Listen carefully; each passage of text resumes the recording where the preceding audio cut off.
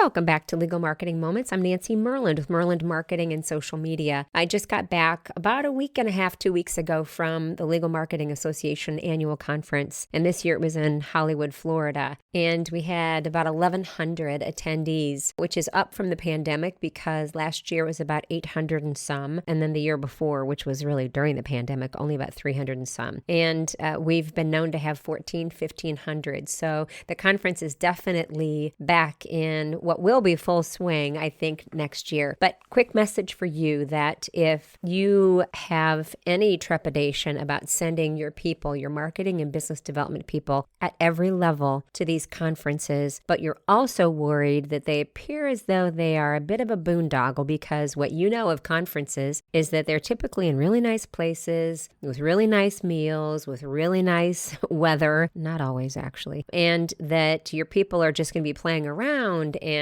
it's not really serious. I want you to know that that is not the best way to think about these conferences. What you need to know is that these are not a gift. Sure, it's nice to say, oh, you know what, we don't invest we have a limited budget. We don't invest in conferences for anybody until whatever, their second year, their third year, whatever that might be. I mean, that's a different story and we can talk about that. But what you need to know is that conferences like these are critical to the development of your people. Development in terms of their knowledge and staying ahead of what's going on in the profession because we're sometimes very isolated in the legal profession. And if we only study what's going on within our own firms, then don't expect your people to be able to very naturally and quickly expand their horizons because they're going to have to spend a lot of personal time studying like that. But when we go to these conferences, we do the opposite. Our eyes are opened. We develop relationships, many of them that will last for decades, if not a lifetime. And of course, they are probably in really nice locations, but don't let that stop you. These are not a gift. These are a necessity.